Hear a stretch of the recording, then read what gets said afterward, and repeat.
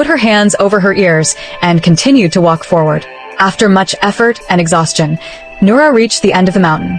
When she reached the place, the things that were forming in her mind and disturbing her were gone.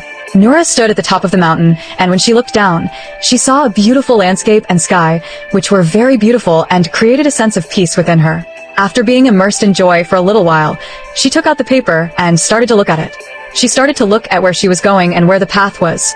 Then Noura followed the paper and started to go to the place it indicated. After traveling for a little while, she found that frightening forest. The forest was scary and a quiet place where nothing could be seen.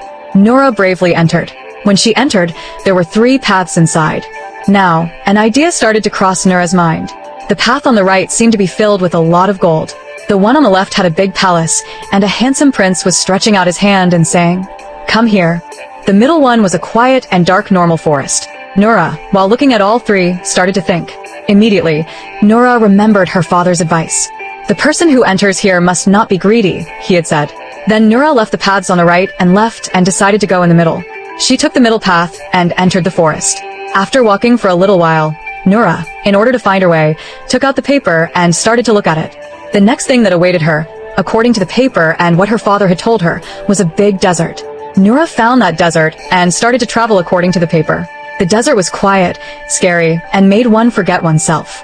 Noura was walking with the black stone in her hand. Suddenly, she forgot herself and started to think, "Who am I? What am I doing here?"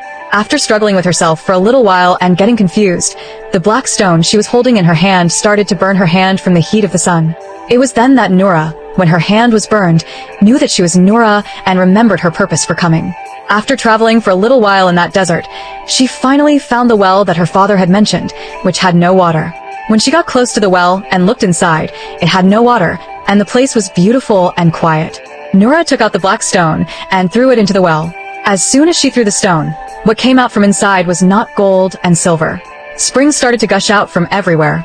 That dry desert and the farmland of their father, which they said would not produce anything, were filled with water. They knew that the great treasure their father had left them was this. When they saw their youngest sister, Noura, they ran and hugged her. "Forgive us, you were right. We were coveting a worthless and fleeting treasure. You, on the other hand, understood things better than us and did this. You deserve great honor for this. Forgive us," they said and cried with her. That farmland of their father, which they said would not produce anything, was filled with many kinds of fruits and crops.